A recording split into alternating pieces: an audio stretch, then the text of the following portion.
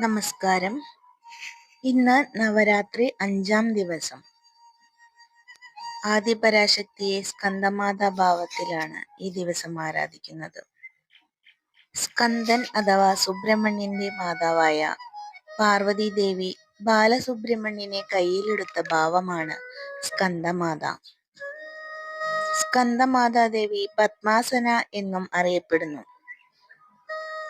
ശിവശക്തിക്ക് യോഗശക്തിയാലുണ്ടായ പുത്രനാണ് സുബ്രഹ്മണ്യൻ.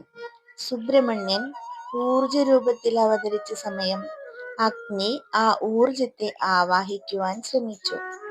എന്നാൽ അഗ്നിക്കും താങ്ങാനാവാതെ ആ ഊർജത്തെ ഗംഗയിൽ നിക്ഷേപിച്ചു.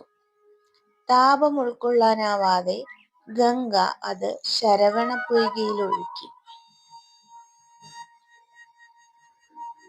അവിടെ നിന്നാണ് 6 താമരപ്പൂക്കളിൽ 6 കുമാരന്മാരായി ആ ശക്തി രൂപപ്പെടുന്നത്.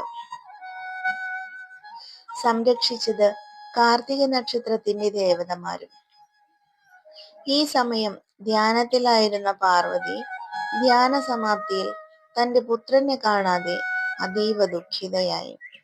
ദേവിയുടെ ദുഃഖം ഒരു കരിനിഴലായി അഗ്നിയിലാഴ്ന്നു. അതിനുശേഷമാണത്രേ അഗ്നിക്ക് പുകയും അഗ്നി സ്പർശിക്കുന്നതെല്ലാം കരിയുമായി ഭവിച്ചത്. പിന്നീട് ദേവി ദർശനത്താൽ ആ 6 കുമാരന്മാരും ഒന്നായി സ്കന്ദനായി തീർന്നു. സ്കന്ദനെ ഏറ്റെടുത്ത് താരകാസുര നിഗ്രഹത്തിനായി ആ കുമാരനെ സജ്ജമാക്കുന്നിടത്ത് സ്കന്ദമാതാഭാവം ദർശനമാകുന്നു. അതുകൊണ്ട് തന്നെ 6 മുഖങ്ങളുള്ള കുമാരനെ മടിയിലിരുത്തി ശക്തിയാകുന്ന സിംഹത്തിന്റെ പുറത്ത് ആസനസ്ഥയായ ഭാവത്തിലാണ് സ്കന്ദമാതാവിനെ ആരാധിക്കുന്നത്. മാതൃഭാവത്തിന്റെ പൂർണ്ണതയാണ് സ്കന്ദജനനിയിൽ ദൃശ്യമാകുന്നത്.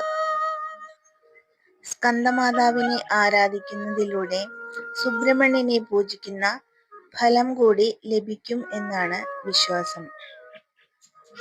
കൂടാതെ ചൊവ്വാദോഷമുള്ളവർ സ്കന്ദമാതാവിനെ ആരാധിച്ചാൽ ദോഷശാന്തി ലഭിക്കുമെന്ന് പറയപ്പെടുന്നു.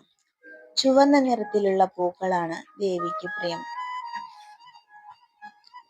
യാ ദേവി സർവഭൂതേഷു മാ സ്കന്ദമാതാ രൂപേണ സംസ്ഥിത നമസ്തസ്യൈ നമസ്തസ്യൈ നമസ്തസ്യൈ നമോ നമഃ. ഇങ്ങനെയാണ് സ്കന്ദമാതാ ദേവി സ്തുതി. 4 കൈകളാണ് സ്കന്ദമാതാവിനുള്ളത്. വലതു കൈകളിലൊന്നിൽ 6 ശിരസ്സോടു കൂടിയ ബാലമുരുകനും മറ്റേതിൽ താമരപ്പൂവുമാണ്. ഇടതു കൈകളിൽ വരമുദ്രയും താമരപ്പൂവുമാണ്. സിംഹമാണ് ദേവിയുടെ വാഹനം. ഏവർക്കും സ്കന്ദമാതാവിന്റെ അനുഗ്രഹം ലഭിക്കുമാറാകട്ടെ. ഹരേ കൃഷ്ണ.